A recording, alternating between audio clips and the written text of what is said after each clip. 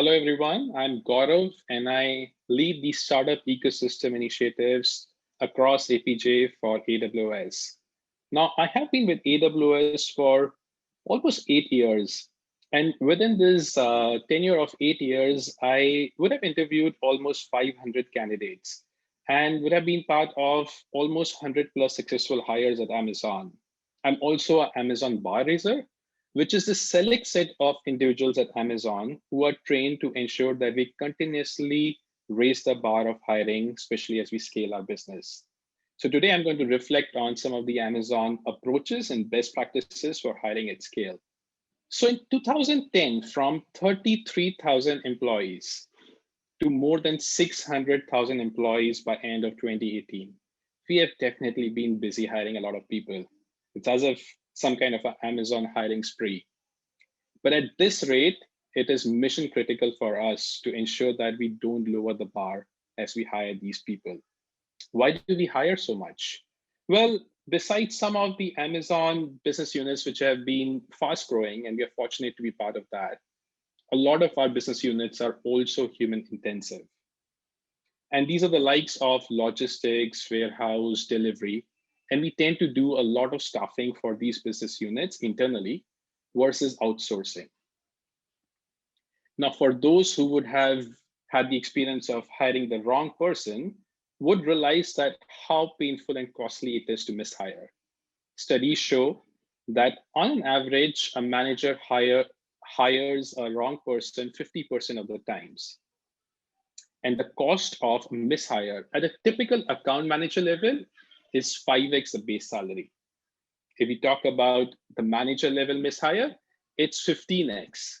And if it's at the executive level, it's 27x. Why is the cost of mishiring so much? Well, it's not just because companies have to allocate the fund to hire the backfill, but also because these mishires tend to negatively impact the culture within the company. They tend to hire more people of their kind, and they have much more repercussions. So how is Amazon mitigating the risks of mishiring? This is where we bring you the top 10 best practices from Amazon on hiring. First, you should always be hiring. Hiring should never be a time-bound exercise. As Thor says here, you should be opportunistic and in fact, create roles if you find the right talent for your company. If you are a good company, you should not be waiting, always be hiring. Second, you should have very clear company vision and values. Vision is typically aspirational and broad, while values are narrow and specific. But collectively, these define the DNA of your business.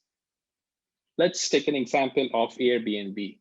Here, the management team defined these values and cultural aspects even before they hired a single person. Brian Chesky, who's the CEO, he was involved in the first 300 hires for the company. But then these were the vision and the values which gave him more confidence that the early hires will cascade that DNA as they hire more and more people along the way. In Amazon, we define these values by way of our leadership principles, or LPs as we call them. Now, these are not just simple phrases at the back of our ID cards. This is the shared vocabulary. This is what we breathe and live practically every day in our work life. And it's used in different facets of our work life, such as prioritization of 2 different projects, promoting people, but even more important at the time of hiring. And I'll tell you more about it as we go along. Another way of promoting your hiring culture is by way of having your employees share their experiences externally. Now, this is one of the initiatives where we have a lot of employees from different tenure, different cities, different functions. They talk about what's a day like in their life within Amazon. Great way to, again, promote the culture. Now, you have to have a bar which is high enough when you are hiring. But what's even more interesting and important is that over time, you have to continuously raise that bar. I know it's easier said than done, and we'll talk more about how Amazon does it. But at Amazon, we have this hiring bar, which is twofold. First, we ensure that the candidate that we are hiring is better than 50% of the existing peer group within Amazon. And second, we ensure that the candidate has long-term impact potential at Amazon. Now that's important because within Amazon, we provide a lot of flexibility for employees to move around after some time. And therefore, it is important that at the point of hiring itself, we ensure that this person can be a great Amazonian for a long term, beyond than just the role that we are currently interviewing the candidate for. Now, this is where a bar raiser comes. Think of these bar raisers as third-party individuals from, say, different teams who would just come in into the hiring process. And the main intent of this bar raiser is to counterbalance any bias that the hiring manager might have. That could be around urgency of hiring, or even for a particular like or dislike for a specific candidate. Now, this is how our hiring process looks like. So we start off with a phone screen where we just have a high-level role fit and functional competency evaluation. If we think that the candidate should be evaluated further, we move the candidate to the next stage, which is typically a written exercise. Now we do this because in Amazon, we do write a lot, and we expect all the individuals to express the progress of their projects or their business units in the form of narratives. You can have some other way of testing a specific functionality or competency that's important for your business. In fact, for some of the technical roles, we also do what's called a business case presentation or a whiteboarding session. Internally, we call it BCP or WBS. Now, if it's so far so good, we move the candidate to the next stage, which is called an on-site, where we bring the candidate to our offices and we conduct typically 5 interviews. One of them has to be with the hiring manager, another one has to be with the bar raiser, and the remaining 3 could be with panelists who are best suited to test specific functionality or competencies for that individual. And then we assign these leadership principles or LPs for the different interview panelists.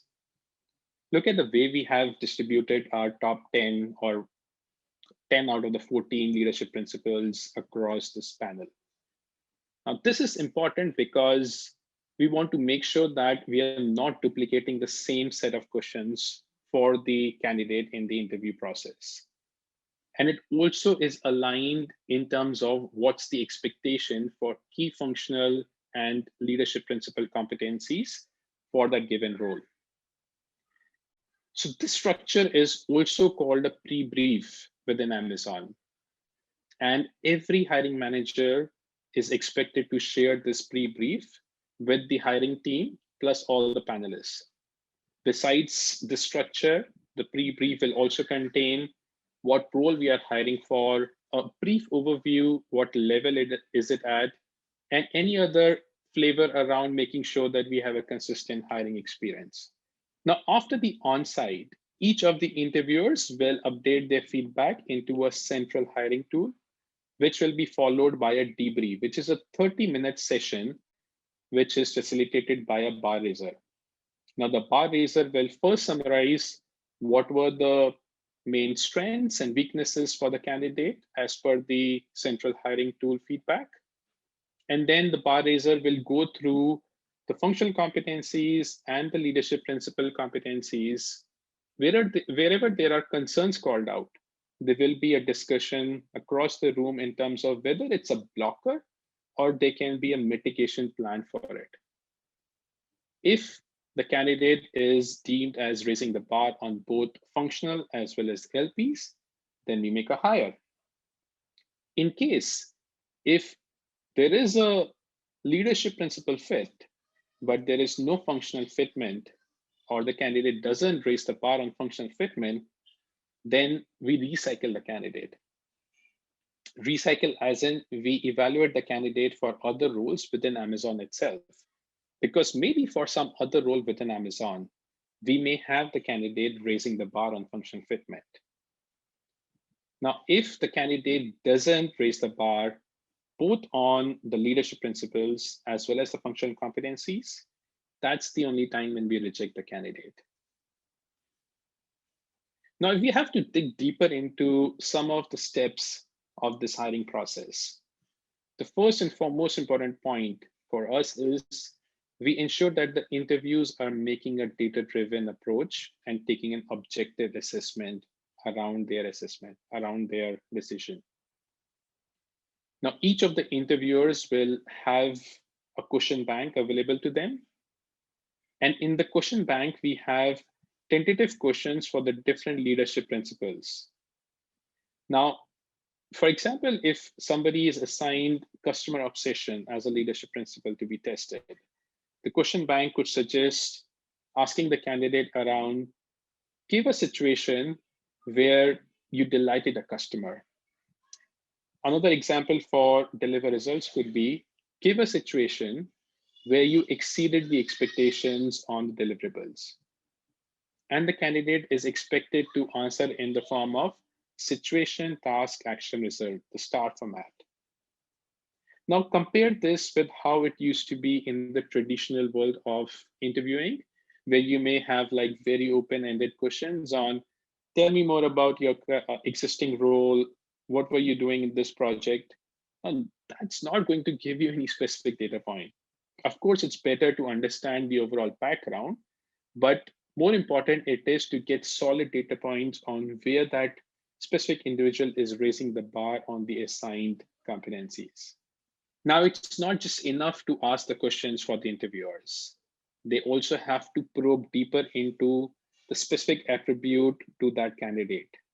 So in the previous example, if the candidate says for that customer obsession question that, yes, I've been part of this project where we delighted a customer, we had a great launch, then the interviewer will have to again probe further, which is really good. Tell me, what was your specific contribution in that project? Were you leading the project or were you part of the team? So that's where we have to get into what, why, how, until you get specific data points on where the candidate is within the, compared to the existing 50% of the peer group within Amazon. And of course, it's very important to have a voting mechanism. But what we really encourage the interviewers is to take a firm stance, and which is where it's important to let them have a lot more probing and back and forth questions till they get a confident vote in terms of whether this person is raising the bar or not. In fact, the golden thumb rule that we use is, if you are on the fence, if you are a maybe on the candidate, then you're better off going with a not inclined vote. Now, all of the interviewers in their feedback in the central hiring tool will have to update for the specific competencies, but also at the overall level, whether they think the candidate has raised the bar or not, and basis that whether they're inclined for that candidate or not. Now, this is another subtle nuance of hiring, but it comes up in certain occasions, which is you should avoid comparing external candidates. Examples of these situations could be that sometimes there are a couple of candidates in the advanced stages of discussion, and the hiring manager might just bring up in the debrief a comparison saying that, oh, versus the other candidate, this person looks better or weaker. Now that's the time when the bar raiser would step in and then stop that discussion right there, because we are not having the discussion at an objective level.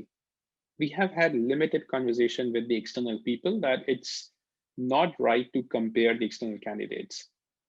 And which is where, as you would recollect in the beginning, I mentioned that we need to compare the external candidate with the existing peer group within Amazon, where we have a lot more data points to compare with. Another example of comparing candidates could be when companies go for university hiring, and they have this agreement with the universities on or colleges on hiring 2 people from a given batch.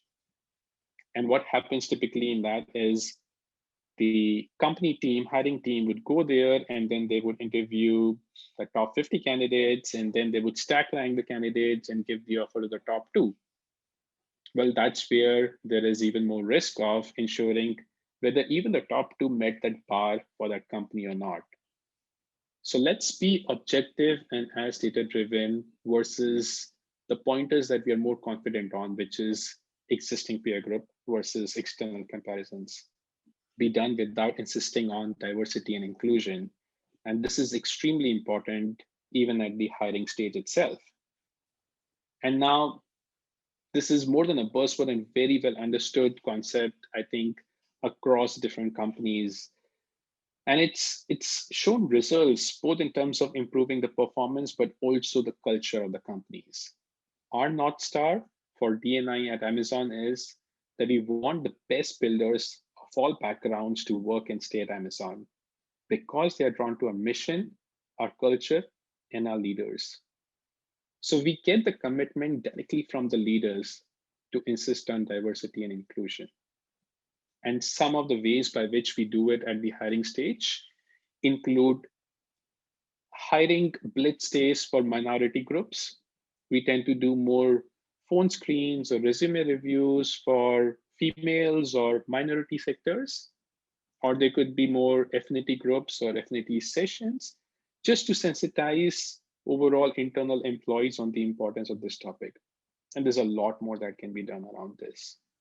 Now, if you have to recollect and combine all what we have spoken about so far, it should stitch together to give a great customer or candidate experience. Now, in 2011, when Airbnb grew from 50 employees to 500, that hyper growth was taking its toll. And that's when they hired VP of recruitment, who mapped out this complete life cycle of the hiring process at Airbnb, and then discussed with the management team on what would be the ideal candidate experience, both from the external as well as the internal hiring team perspective. And that's when they set off onto some initiatives, such as clearly articulating from the recruitment team on what's the expectation of the role to the candidates, having some internal trainings so that there is consistency and no duplicate questions for the candidates, and also doing some surveys after the interviews are conducted to have that feedback loop. At Amazon, we do a lot of similar things, and my top three favorites there are as follows. One, within 3 months, we mandate that everybody has to go through this making great hiring decision training. And this is where we ensure that the employees are aware of all these tools and frameworks and best practices we spoke about. Without doing this training, they're not allowed to do even a single phone screen. Amazon's 2 and 5 promise, super exciting again, which is our goal towards going back to the candidate with a go or a no-go decision within 2 days of the phone screen, or within 5 days of the on-site interview. And then for all the candidates where we do the on-site interviews, we also go back to the candidate with a very quick survey so that we get some feedback and improve our candidate hiring experience. Now, this is a quick flashback of what we discussed. The key takeaway again here is that you need to think of building a robust hiring mechanism, which is data-driven and backed by clear understanding of company values and culture. And now that you know how Amazon hires at scale, happy hiring. Thank you so much.